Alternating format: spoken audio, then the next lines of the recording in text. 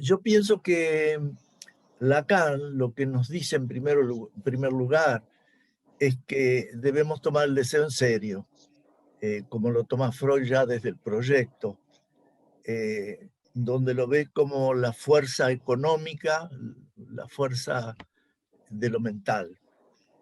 Les recuerdo que en el proyecto escribe la experiencia de satisfacción, que es difícil de entender en el libro de los sueños, la experiencia de satisfacción, sin haber leído el proyecto,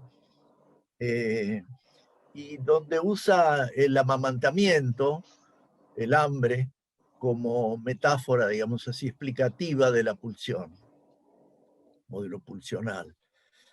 La experiencia de satisfacción es una experiencia en dos tiempos. El primero es un instante de muerte y de vida al mismo tiempo. Es un encuentro con la cosa, con das Ding, y sucede la experiencia de la satisfacción del acto de mamar y del alimento que ingresa en el cuerpo. En un segundo momento, que se produce cuando retorna el malestar, es decir, vuelve el hambre,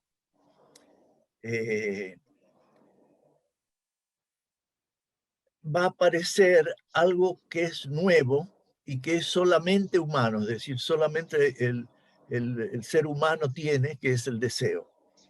Es un movimiento, una fuerza para encontrar aquello que antes aplacó la atención.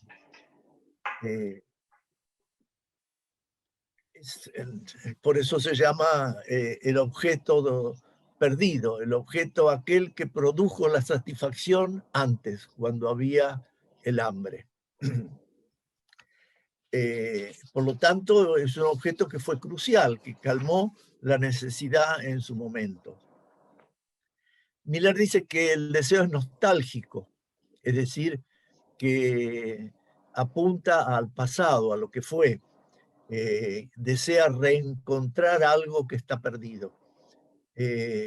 Por eso también Lacan lo define en este texto como la metonimia de la falta ser, es decir, en tanto que la metonimia en el diseño que va a hacer Lacan, que después va a dar al grafo del deseo, la metonimia va en el sentido, digamos, hacia atrás, hacia el objeto que está atrás.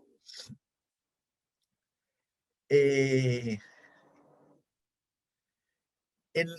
la experiencia de satisfacción hay un goce en el propio cuerpo, hoy lo llamamos goce, hay una satisfacción en el cuerpo.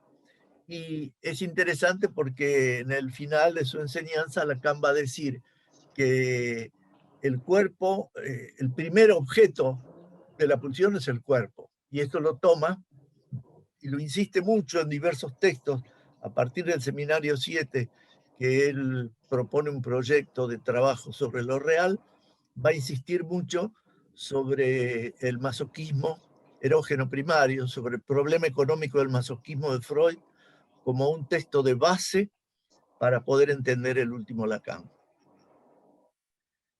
Retoma esto de la metonimia en radiofonía, planteándolo ya no como metonimia del deseo, sino como algo que traslada goce al inconsciente, es decir, traslada goce sin palabra al inconsciente como lenguaje, palabra, etc. Es interesante también porque esta experiencia define la temporalidad, el instante, un antes y un después, ¿no? Y también define la temporalidad analítica, que es en dos tiempos, el après-coup, una primera experiencia y solamente en la segunda se reconceptualiza la primera, se conceptualiza. También el deseo para Freud es la llave de la interpretación de los sueños, así lo dice casi textualmente. Es decir, nos da el sentido del sueño cuando entendemos el deseo. Decir a la letra, que ustedes me preguntan a la letra, es difícil decir en ese momento que se refiere a la letra de goce, porque no había hablado todavía de la letra de goce. pero podemos entender que al decir a la letra se refiere no apenas a la palabra que es evanescente, sino a lo escrito, a algo de lo que está allí.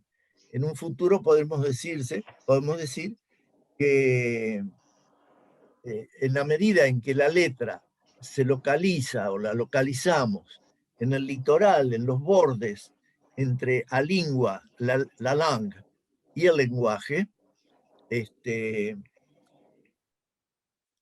tomar el deseo al pie de la letra es llegar hasta el pie del goce, hasta la raíz, digamos así, de lo que puede ser el deseo. Y entendemos en este momento el deseo como una mutación del goce. El goce muta por efecto del amor, hace una mutación en deseo y amor. Es decir, que amor produce más amor y deseo. Es interesante también, quiero destacarlo, que nosotros lo llamamos la dirección de la cura. En portugués le sacaron cura, que a mí me gustaba, y se llama el tratamiento. Nosotros lo llamamos la dirección del tratamiento. Tal vez sea más lógico, pero era lindo cura, no sé. La dirección de la cura. Incluso en el libro, en castellano, arriba, dice la dirección de la cura. Pero el título dice la dirección de la cura y los principios de su poder. Y podemos decir, bien, el poder de la cura en este texto está en el deseo, ¿no? Y también porque es un texto que se dedica al estudio de cuál es el poder en la dirección de la cura. Y le acabo de decir una frase que a mí me parece fundamental, no solo para la dirección de la cura, sino en principio, hasta se podría llevar afuera del psicoanálisis, cosa que no es lo mejor hacer en general, pero se podría, que dice, en el primer punto del libro, que se llama ¿Quién analiza hoy?, que es muy breve, tiene media página, termina con la siguiente frase. Pretendemos mostrar en qué la impotencia para sostener auténticamente una praxis se reduce, como es corriente en la historia de los hombres, al ejercicio de un poder. Él está sosteniendo esta idea, que la contratransferencia, etcétera, son formas de poder disimulados, aparentemente contra la disimetría que hay entre el analista y el analizante, para atacando eso como si fuera un poder, precisamente asumen el poder. Es decir, que los desvíos fundamentales de la dirección de la cura se deben a una dificultad de sustentar auténticamente una praxis. La palabra praxis en aquella época se usaba mucho, hoy se usa menos, pero se usaba mucho en el sentido de lo que unía práctica y teoría. La praxis era la unión de la práctica y la teoría. Cuando responda alguna de las cuestiones sobre el deseo del analista, voy a retomar la cuestión del poder.